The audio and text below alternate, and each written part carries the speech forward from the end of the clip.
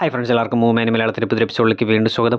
മലയാളത്തിലെ most waiting മൂവീസിൽ ഒന്നായിട്ടുള്ള Lucifer എന്ന ചിത്രത്തിൻ്റെ രണ്ടാം ഭാഗമായി വരുന്ന എമ്പുരാൻ എന്ന ചിത്രത്തിൻ്റെ ഒഫീഷ്യൽ ടീസർ കണ്ടതിന് ശേഷം എനിക്കതിൽ നിന്നും കണ്ടെത്താൻ സാധിച്ചിട്ടുള്ള കുറച്ച് കാര്യങ്ങളാണ് ഇന്നത്തെ എപ്പിസോഡിലൂടെ നിങ്ങളുമായി ഷെയർ ചെയ്യാനായി പോകുന്നത്. ഈ പറയാൻ പോകുന്ന കാര്യങ്ങളെല്ലാം തന്നെ ശരിയായിട്ട് വരുമെന്ന് ഞാൻ പറയുന്നില്ല, പക്ഷേ ശരിയായിട്ട് വരികയാണെങ്കിൽ തീർച്ചയായിട്ടും ഈ പറയാൻ പോകുന്ന എല്ലാ കാര്യങ്ങളും നിങ്ങളുടെ ആസ്വാദനത്തെ ബാധിക്കാൻ ചാൻസ് ഉള്ള കാര്യങ്ങളാണ്. സോ വേണമെങ്കിൽ ഈ വീഡിയോ നിൽക്കിപ്പോൾ തന്നെ സ്കിപ്പ് ചെയ്തു പോകാം, അല്ലാത്ത പക്ഷം നമുക്ക് നേരെ വീഡിയോയിലേക്ക് വരാം. നോർത്തേൺ ഇറാഖിലെ ഒരു സ്ഥലം കാണിച്ചുകൊണ്ടാണ് ഈ ടീസർ തുടങ്ങുന്നത്. അവിടേക്ക് കുറെ വണ്ടികൾ വരുന്നതായും അവിടെ ചുറ്റുപാടുകൾ വെച്ച് നോക്കുമ്പോൾ അവിടെ സ്ഥിരമായി യുദ്ധം നടന്നുകൊണ്ടിരിക്കുന്ന ഒരു സ്ഥലമാണെന്നും മനസ്സിലാക്കാം. സോ ഇങ്ങനെ അവിടേക്ക് വന്നുകൊണ്ടിരിക്കുന്ന വണ്ടികളെ മുകളിൽ നിന്ന് ക്യാമറ വഴി നിരീക്ഷിക്കുന്നതായും, ഹെലികോപ്റ്ററിലൂടെയാണെന്ന് തോന്നുന്നു നിരീക്ഷിക്കുന്നതായും, അതുപോലെ മറ്റു പല ബിൽഡിങ്ങിലും പട്ടാളക്കാർ ഒളിച്ചിരുന്നുകൊണ്ട് ആ വരുന്ന വണ്ടികളെ ശ്രദ്ധിച്ചുകൊണ്ടിരിക്കുന്നതായും കാണാം. പിന്നീട് ഇതുപോലെ കമ്പ്യൂട്ടറിലും മറ്റും കുറെ പട്ടാളക്കാർ ഒരു ബിൽഡിങ്ങിലേക്ക് കയറിപ്പോകുന്നതും നിരീക്ഷിക്കുന്നതായി കാണിക്കുന്നുണ്ട്. ഇവിടെയെല്ലാം ഒരേപോലെയുള്ള യൂണിഫോം ഇട്ട പട്ടാളക്കാരെ തന്നെയാണ് കാണിക്കുന്നത്. സോ ഇവരെല്ലാം തന്നെ ആ വന്നുകൊണ്ടിരിക്കുന്ന വണ്ടിയെ തന്നെ ഫോളോ ചെയ്യുകയായിരുന്നുവെന്നും അതിലൂടെ ആ ഒരു ബിൽഡിങ്ങിലേക്ക് കയറുകയാണെന്നും കാണാം. സോ ഇങ്ങനെ ഇവിടെ കയറിപ്പോകുന്നതായി കാണിക്കുന്ന ഈ പട്ടാളക്കാരാണ് പിന്നീട് ഈ പള്ളിയുടെ അകത്തേക്ക് തോക്കുമായി കയറിപ്പോകുന്നതായി കാണിക്കുന്നത്. ഇതേ പള്ളിയുടെ അകത്തേക്ക് തന്നെയാണ് പിന്നീട് പൃഥ്വിരാജ് മുകളിൽ നിന്ന് താഴേക്ക് വരുന്നതായും അതുപോലെ മോഹൻലാൽ അവിടെ നിൽക്കുന്നതായും കാണിക്കുന്നത്. സോ ഇതിൽ നിന്നെല്ലാം തന്നെ നേരത്തെ ആ പട്ടാളക്കാർ ഫോളോ ചെയ്തിരുന്നതും ഇപ്പോൾ ഇവിടേക്ക് വന്നതും എല്ലാം ഖുറേഷി എബ്രാഹിം എന്ന മോഹൻലാലിന്റെ ക്യാരക്ടറിനെ തേടിയാണെന്നത് ഉറപ്പാണ്. സോ ഈ സമയങ്ങളിൽ നമ്മൾ ആ പള്ളിയെ നോക്കുകയാണെങ്കിൽ അവിടെ കുറെ വെടിവെപ്പുകളും മറ്റും നടന്നതുപോലെ തൂണുകളെല്ലാം പൊളിഞ്ഞിരിക്കുന്നതായും അവിടെയുള്ള ബെഞ്ചുകളെല്ലാം തകർന്നു കിടക്കുന്നതായും കാണിക്കുന്നുണ്ട്. കൂടാതെ അവിടെ കുറെ പ്രാവുകൾ ഇരിക്കുന്നതായി കാണാം. ഇതുപോലെ പ്രാവുകളെ കാണിക്കുന്ന മറ്റൊരു ഷോട്ടിൽ അവിടെ ഡെത്ത് ടു ദ ഡെവിൾ എന്ന് ഇംഗ്ലീഷിലും അതിന് മുകളിലായി അറബിയിലും എഴുതി വെച്ചിരിക്കുന്നതായി കാണിക്കുന്നുണ്ട്. സോ ഇത് മിക്കവാറും ആ പള്ളിയുടെ അകത്ത് തന്നെ അറബിയിൽ എഴുതിയിരിക്കാനാണ് ചാൻസ് ഉള്ളത്. സോ അങ്ങനെ ഒരു ക്രിസ്ത്യൻ പള്ളിയുടെ അകത്ത് അറബി വാക്കുകൾ എഴുതി വെക്കണമെങ്കിൽ അവിടെ ക്രിസ്ത്യൻ മുസ്ലിം വാർ ആയിരിക്കാം നടന്നത് എന്ന് നമുക്ക് അനുമാനിക്കാം. ഇതിനെ സൂചിപ്പിക്കുന്ന തരത്തിൽ ഒരു പള്ളിയുടെ മുകളിലുള്ള കുരിശെല്ലാം തകർന്നു വീഴുന്നതായും കാണിക്കുന്നുണ്ട്. സോ ഇങ്ങനെ ഒരു മുസ്ലിം ക്രിസ്ത്യൻ വാർ നടന്നുകൊണ്ടിരിക്കുന്ന ഒരു സ്ഥലത്തേക്കാണ്, നോർത്തേൺ ഇറാഖിലുള്ള അങ്ങനെ ഒരു സ്ഥലത്തേക്കാണ് എബ്രാ ഖുറേഷി വന്നിരിക്കുന്നതെന്നും അവിടെ വെച്ചാണ് അയാളെ പിടിക്കാനായി മറ്റ് പട്ടാളക്കാർ വന്നിരിക്കുന്നതെന്നും മനസ്സിലാക്കാം.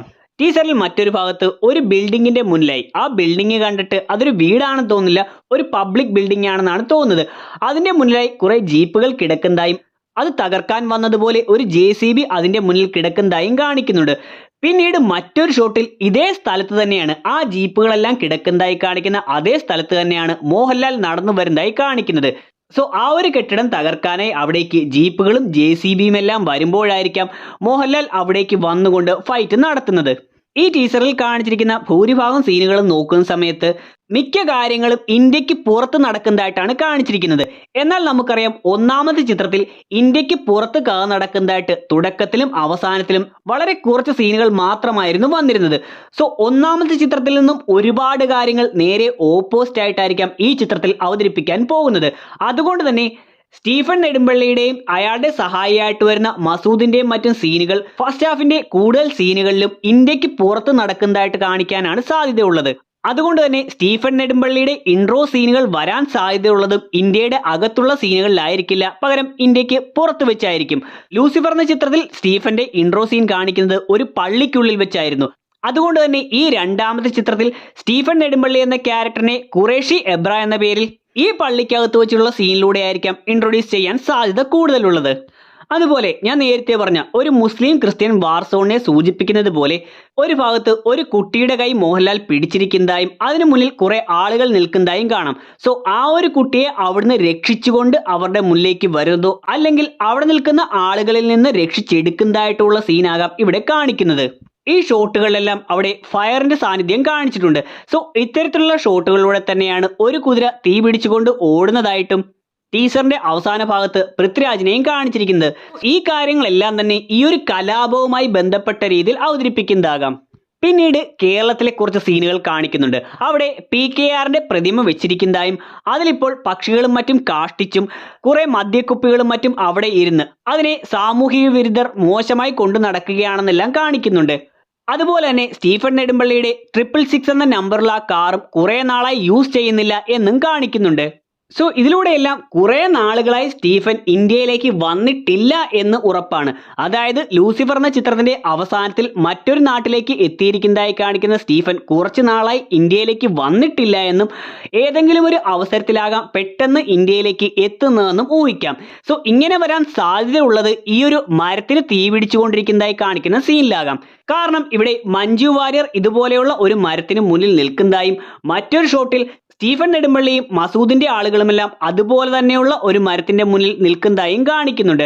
സോ ആ സമയം സ്റ്റീഫന്റെ വേഷം എന്ന് പറയുന്നത് ഇന്ത്യയിൽ വെച്ച് സ്റ്റീഫൻ ധരിച്ചുകൊണ്ടിരിക്കുന്ന ഷർട്ടും മുണ്ടുമാണെന്ന് കാണാം. സോ പ്രിയദർശിനി എന്ന തന്റെ സഹോദരിക്ക് ഏതെങ്കിലും ഒരു അവസരത്തിൽ തന്നെ ആവശ്യം വരികയും ആ ഒരു സമയത്ത് സ്റ്റീഫൻ അങ്ങോട്ടേക്ക് വരുന്നത് പോലെയുമാകാം കാണിച്ചിരിക്കുന്നത്.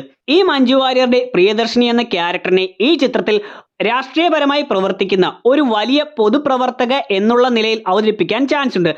ആ രീതിയിൽ സൂചിപ്പിക്കുന്നത് പോലെ ആ ഒരു ക്യാരക്ടർ കുറെ അധികം ആളുകളുടെ ഇടയിൽ കൂടി അകത്തേക്ക് നടന്നു വരുന്നതായും ചുറ്റും കൂടിയിരിക്കുന്നവർ അവർക്ക് ജയ് വിളിക്കുന്നത് പോലെയും കാണിക്കുന്നുണ്ട്.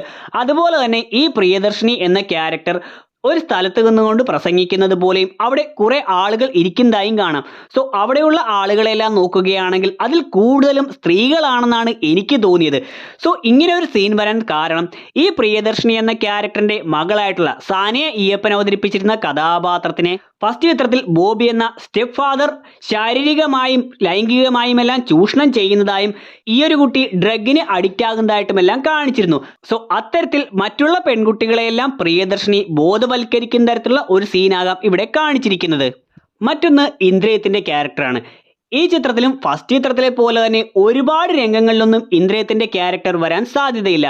എന്നിരുന്നാലും ഫസ്റ്റ് ചിത്രത്തിൽ നിന്നും നേരെ ഓപ്പോസിറ്റ് ആയിട്ടായിരിക്കും പല കാര്യങ്ങളും ഈ ചിത്രത്തിൽ അവതരിപ്പിക്കാൻ സാധ്യതയുള്ളത് എന്നതുകൊണ്ട് ഫസ്റ്റ് ചിത്രത്തിൽ മോഹൻലാലിനെ ഇൻട്രൊഡ്യൂസ് ചെയ്യുന്നത് മോഹൻലാലിന്റെ പല കാര്യങ്ങളും പറഞ്ഞുകൊണ്ടുവരുന്നത് ഈ ഇന്ദ്രിയത്തിന്റെ ക്യാരക്ടറാണ്. അതുപോലെ തന്നെ എന്നാൽ അതിന്റെ നേരെ ഓപ്പോസിറ്റ് എന്നതുപോലെ ഈ ചിത്രത്തിന്റെ തുടക്കത്തിലും ഇന്ദ്രിയത്തിന്റെ ക്യാരക്ടർ തന്നെയാകും മോഹൻലാലിനെ പറ്റിയെല്ലാം പറയുന്നത്. എന്നാൽ ഈ ചിത്രത്തിൽ ആ ഒരു ക്യാരക്ടറിനെ പറ്റി പോസിറ്റീവ് പറഞ്ഞുകൊണ്ടായിരിക്കാം തുടങ്ങുന്നത്.